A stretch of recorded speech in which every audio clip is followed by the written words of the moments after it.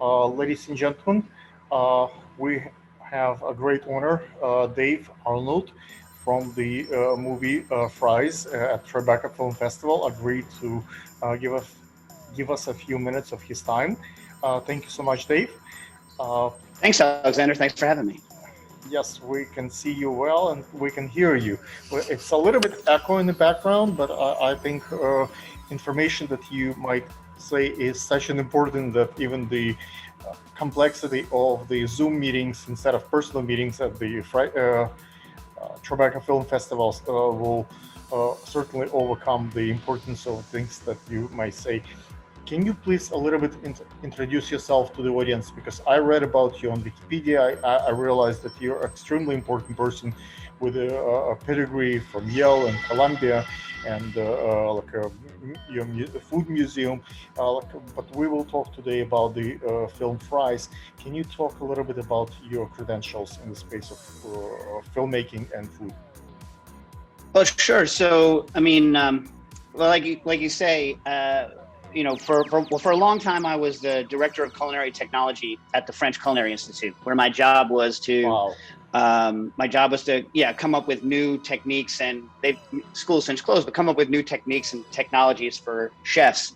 And I kind of put that into a blog back in the early, like 2010, called Cooking Issues.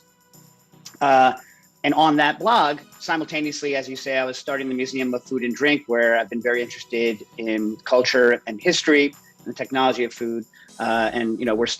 The museum's still going strong. We're going to have a new exhibit soon. But, and then obviously after I left the school, I started a bar called Booker and Dax and another bar called Existing Conditions. Existing Conditions had to close because of the pandemic. And I wrote a book called Liquid Intelligence. So that's also, I designed kitchen equipment for like weird little, like a broiler that an attachment called the Searsall that turns a torch into a handheld broiler, a centrifuge for bars and restaurants.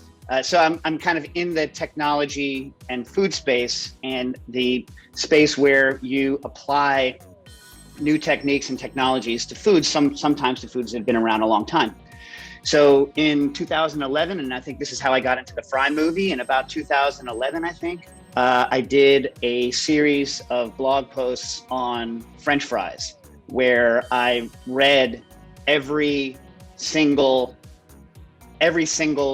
scientific paper that I could find, which was a lot, on how to cook French fries from a technical standpoint, right? And tried to take some of the things I was learning from these papers and from all the chefs that I knew, and apply that to try to come up with not an ultimate, but just like, as far as I could take it down the road, French fry recipe. So I did a lot of work there. And then that was out, and I got a lot of feedback on that fry recipe from a lot of chefs who had tried it out. And then when they were going to film the movie, I did another series of tests, another series of reading. And then it's funny, but at the premiere, they're going to have a food truck with French fries. I did yet another series of French fry tests, and they're going to serve them. And the thing about it is what I've come to learn, and I'll leave it at this, you can ask more about it if you want, is that there is no one perfect fry. There's bad fries and there's good fries, but within good fries and great fries, there are different things that you could want to achieve. And I think that's kind of what's fun about the movie, and what's interesting about the movie is you have like a bunch of different perspectives about what kind of makes a good fry, and the joy of eating fries, and frankly on my side, the joy of making them, the joy of taking something so seemingly simple, a potato, and then manipulating it to try to get a specific end result. Wow. Thank you so much. That was pretty in-depth. So for my audience, they already kind of know that I have my first degree in biochemistry, and my father is a professor of culinary science. So in food space, he wrote a few books about cooking, fundamentals of cooking with the Russian Academy of Science like 20, 30 years ago. And he has his like a supplement business here in Brooklyn, New York. So the new book that he actually recently written is Supplement Integrating Approach, when he talks about supplements. And I thought it's pretty interesting how the food of cooking food and fries won pretty much so much taste. Like people really love the way fries looks and the way they taste. So comparing to all the other foods, there is something biological in the humans that draw us to fries. Like even like the other day, my son and I went to Manhattan Zoo in the Central Park, and we basically fed lots of different birds with the fries, and they practically love that those fries. So there is something about those fries even appealing to the birds. They actually knew how to get inside of the can and like a box of the fries. Can you talk a little bit maybe about the fry movie in terms of like which colors did you use for color correction for the fries? How did you get such a beautiful colors? I watched the trailer, I watched some of it. I realized that you got really cool. When I photograph and when I take videos of food, fries are specifically very complex to transform that. Like when it's big commercials like McDonald's, they certainly know what they're doing. Like when they filmed that, it's such appetizing. I feel. How did you accomplish that look? Well, I mean, I can only speak for the parts where where I was, and I know that the fries that I cooked, we didn't do any fake food styling stuff. They had a kitchen in Brooklyn, and I had pre-made, done the first fry, and I came in and I just fried them, and they just look like that. I mean, like, I'm sure they did some color correction and whatnot, but there was, at least in the parts that I was involved with, there was no sort of, there was no sort of skullduggery. So it's like, I way back when I was younger, it's a good job, but I did some food styling jobs. So I'm well aware of how, someone in a commercial would fake food, but all the stuff I was involved with was straight up real. Yeah, they had good cameras though, I will say that.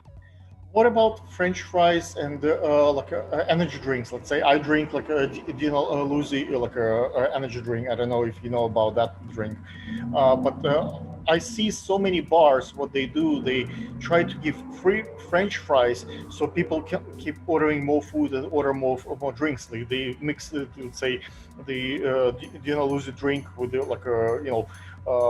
liquors, so people come back. Like, is there like any particular secret why the bars allow the French fries? Well, I mean, first of all, everybody likes, not everyone, almost everybody likes French fries. It's one of those kind of universal foods. And the other thing about French fries in most bars is that they're probably purchasing frozen fries. There's two main companies, in the United States that supply the vast majority of all of the frozen French fries. And the truth of the matter is, it's a little, I mean, you kind of hate to say it, but they're pretty good. You know what I mean? Like, because French fries are such a technical production in terms of controlling the specific gravity of the potato, including, controlling sugar levels in the potato so that, as you say before, so the color is right. Getting the processing just right, the frying, because they're using continuous fryers for their first thing, so they can really dial in, because they're doing so many thousands of pounds daily. They can really dial in exactly what kind of characteristics you want, and you can order from them any one of a number of different products. There's also some fantastic frozen potato products out of Europe. So, and because the raw material is so inexpensive, potatoes, right? Even the value-added product of like frozen French fry is relatively inexpensive. So it's something that everybody likes, that even on an industrial scale, you're not going to maybe get the highest of the high with an industrial production French fry, but you can get a pretty good French fry. Most of the reasons that they're bad in a restaurant is because they've messed up the last step, right? I mean, like, if they didn't mess up the last step, it would probably be pretty good. So I think all of those add up to it being something that everyone, like almost, wherever you come from, however much money you make, you can enjoy French fries. That leads me to my next question relates to sponsorship. It's my understanding, because you so much involved in the food industry and you have your corporate sponsors, and you did the documentary about French fries, about fries, right? Uh, what's the relationship between the sponsoring content and like French fries? Some people say they're not very healthy, right? And you can supplement them maybe with the herbal remedies. Like, is how the money affect the truth of the production?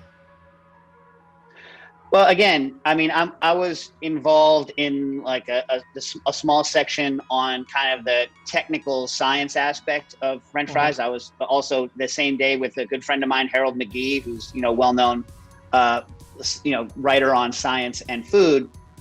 And I will say that the producers said absolutely nothing to me at all about changing any content I wanted to say. There was no red lines not to pass. I mean, so I think, I didn't. It's not. I didn't feel like they had any sort of agenda. Let's put it that way.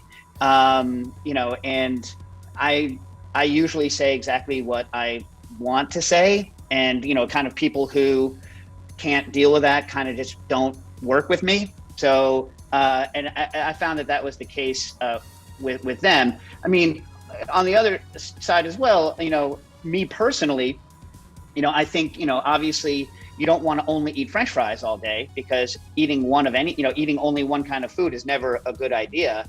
But, I vastly prefer to think of fries as like a delicious, treat to have every once in a while, a delicious thing to have. It's not no one thing is should be your staple diet, right? So, I think fries are amazing, and I'm not really worried about the health aspects of them, because they're not my primary source of calories. Thank you so much. I went over my time. We kind of start late and we're finishing late. I certainly honored to have you in our program. Maybe you can share with the audience to close. I have almost like a 1 minute left of the time. If where folks can watch the movie, what's the distribution channels, like what's the future for the how the movie can be viewed in terms of it's Amazon Prime, it's like what's the Right. I'm not authorized to Okay. they're finishing some exciting distribution things. They're going to announce it soon, but It's not I yet. would be I would be instantly decapitated if I said anything. Certainly, I got you. So, guys, ladies and gentlemen, you will have to stay tuned and see when the movie will come out. Yeah, Dave, thank you so much. Thank you, Alexander. Thanks, Alexander.